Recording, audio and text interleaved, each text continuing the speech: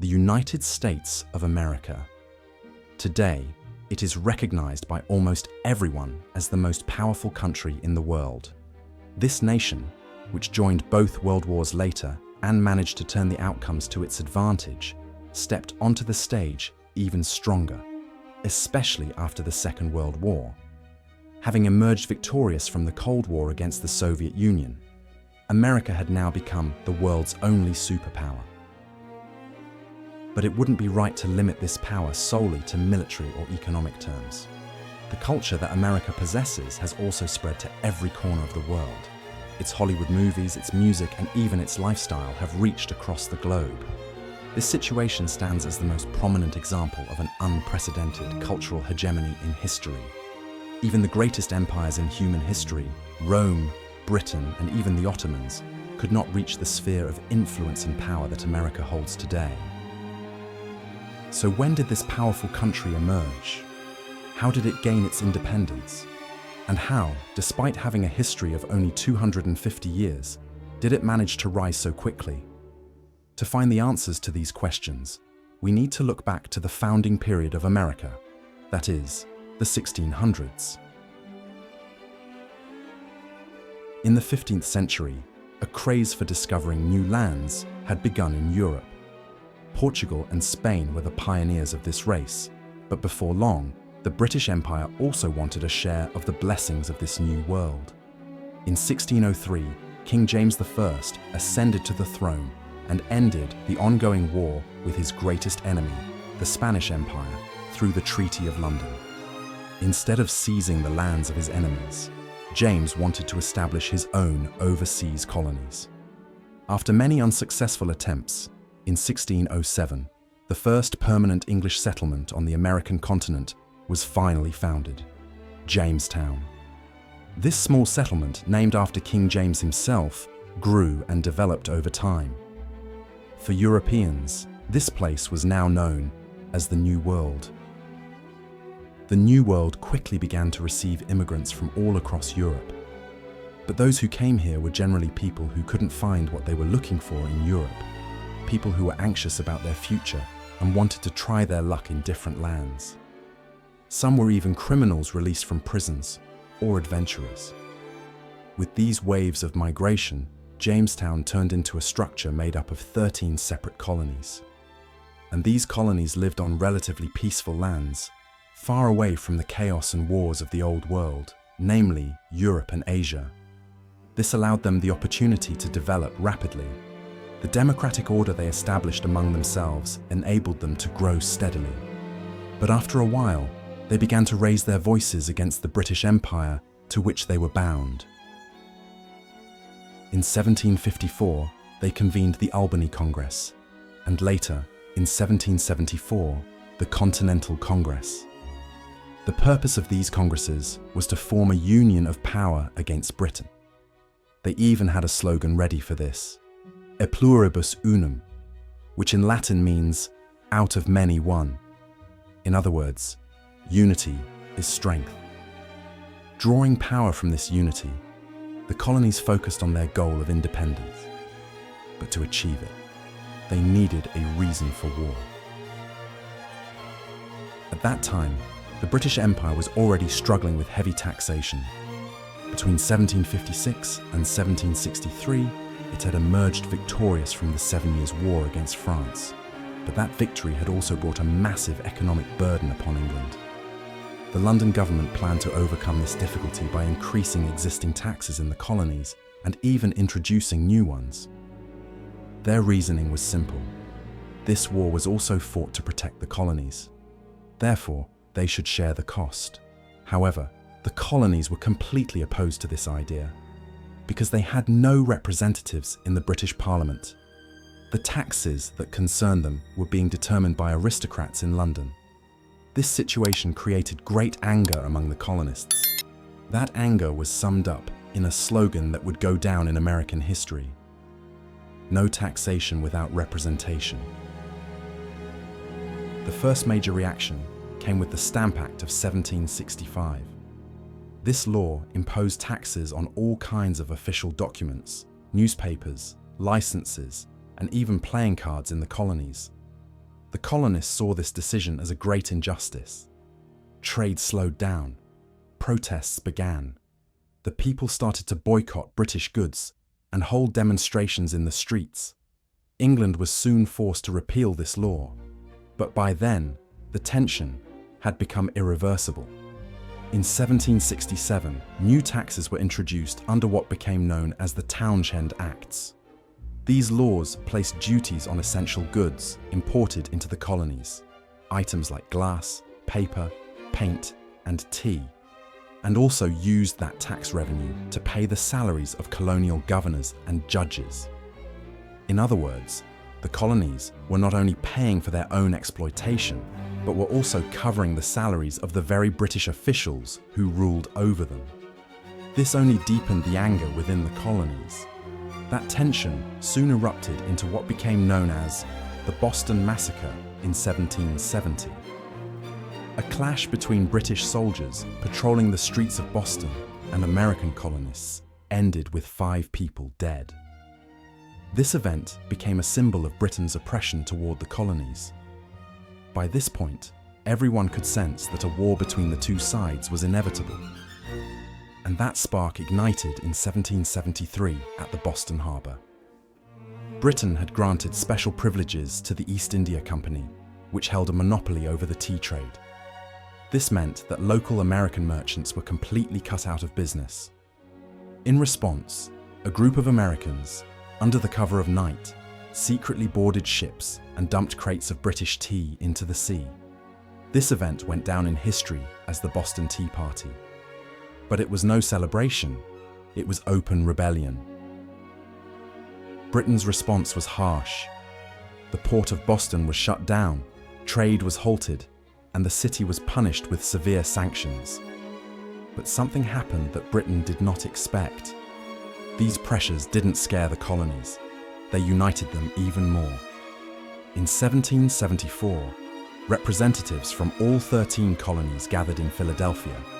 That historic meeting became known as the First Continental Congress. The decision made at the Congress was clear. They would act together against Britain. They were no longer just talking about unfair taxation. They were openly discussing the struggle for freedom. By 1775, there was no turning back.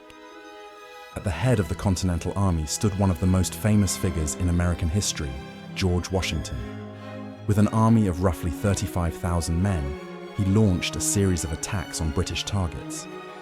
However, these early battles didn't bring the expected success, since the army was mostly made up of volunteers with little to no combat experience. After several small sporadic clashes, and with hopes fading, the colonies decided to seek support from Europe. But that help didn't come immediately. So, on July 4th, 1776, the colonies took a step that would go down in history. They published a document known as the Declaration of Independence, declaring to the entire world that they had chosen their own path. That date is still celebrated today as the official Independence Day of the United States of America. While the fighting continued, the British Empire made several offers of peace, but each one was rejected. After July 4th, British General William Howe landed on Long Island. On August 27, 1776, he defeated the Continental Army commanded by General Washington. Forced to retreat northward, Washington had to abandon Manhattan, which then fell under British control. It was the first major defeat of the War of Independence, but the war was far from over. Later that same year, the renowned British general Lord Cornwallis attacked Fort Lee, which Washington had been using as his headquarters. Following the battle, Washington was forced to withdraw his troops to the eastern side of the Delaware River. But winter was coming, and Cornwallis, wanting to rest his troops, established forward outposts across New Jersey, taking up defensive positions. That decision would completely change the course of the war. On the night of December 25th, Christmas night, while British troops were busy celebrating, General Washington did something unexpected. He crossed the Delaware River and launched a surprise attack on Cornwallis's main base in Trenton. The The British were completely caught off guard by this sudden assault. Cornwallis barely managed to escape, but Washington didn't stop there. He pressed on and crushed the British reinforcements stationed at Princeton as well. These victories gave new hope to the American struggle for independence. The Americans had now shown the entire world that Britain was not invincible. But the British had no intention of giving up. General Howe's brother, Admiral Richard Howe, arrived to restore order. On September 11, 1777, near Brandywine, he defeated Washington's army once again. 2 weeks later, he captured Philadelphia, which at the time was the American capital. The momentum of the war had swung back into British hands. To regroup, Washington set up his winter headquarters at Valley Forge. A series of defeats had crushed the morale of his army.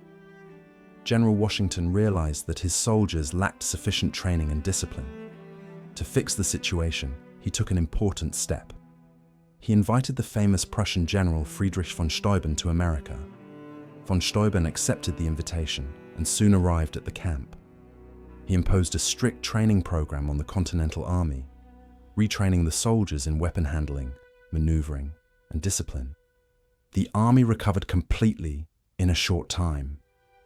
Von Steuben's training would soon prove itself at one of the major turning points of the war.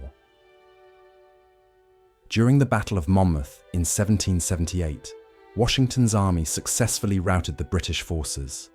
The Continental Army was now strong not only in defense, but also in attack. However, Washington's plan was much greater.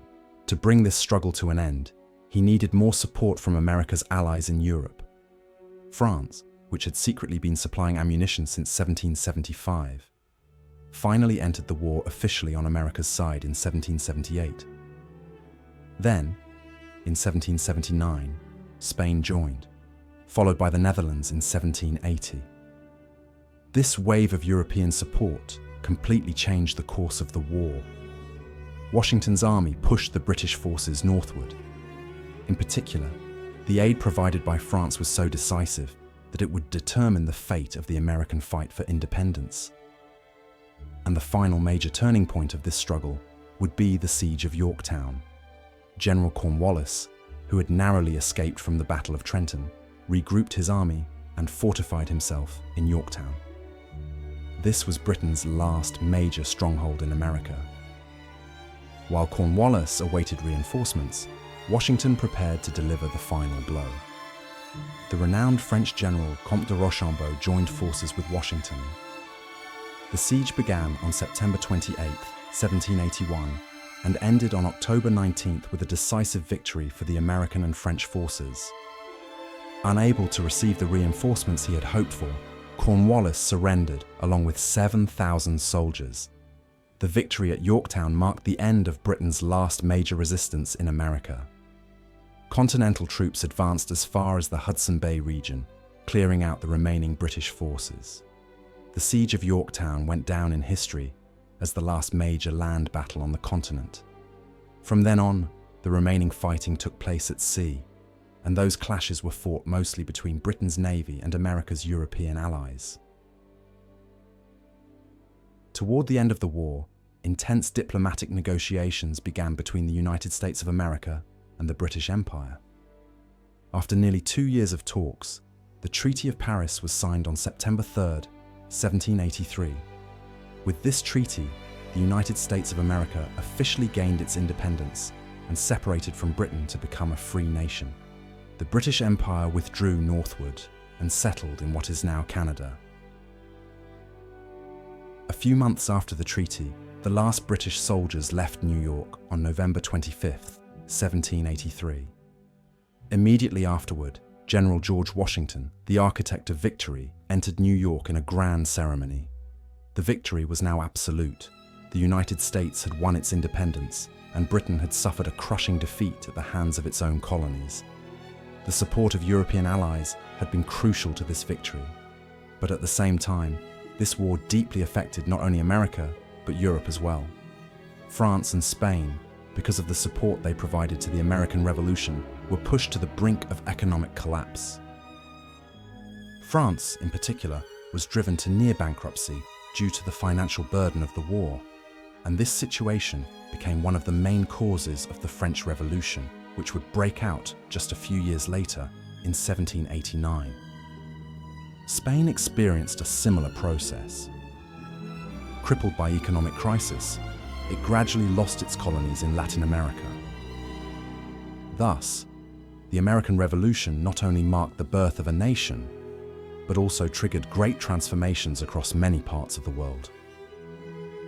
When we look at history, events usually follow one another. The result of one becomes the cause of another. The American War of Independence should also be viewed in this way. In fact, this war was itself a result of the 7 Years' War fought between France and Britain. When Britain tried to ease the financial burden of that war by imposing new taxes on its colonies, it led to colonial rebellion, and so began one of the greatest turning points in American history. During this process, many important figures took the stage. Today, they are remembered as the Founding Fathers, and they played a crucial role in America's story of independence.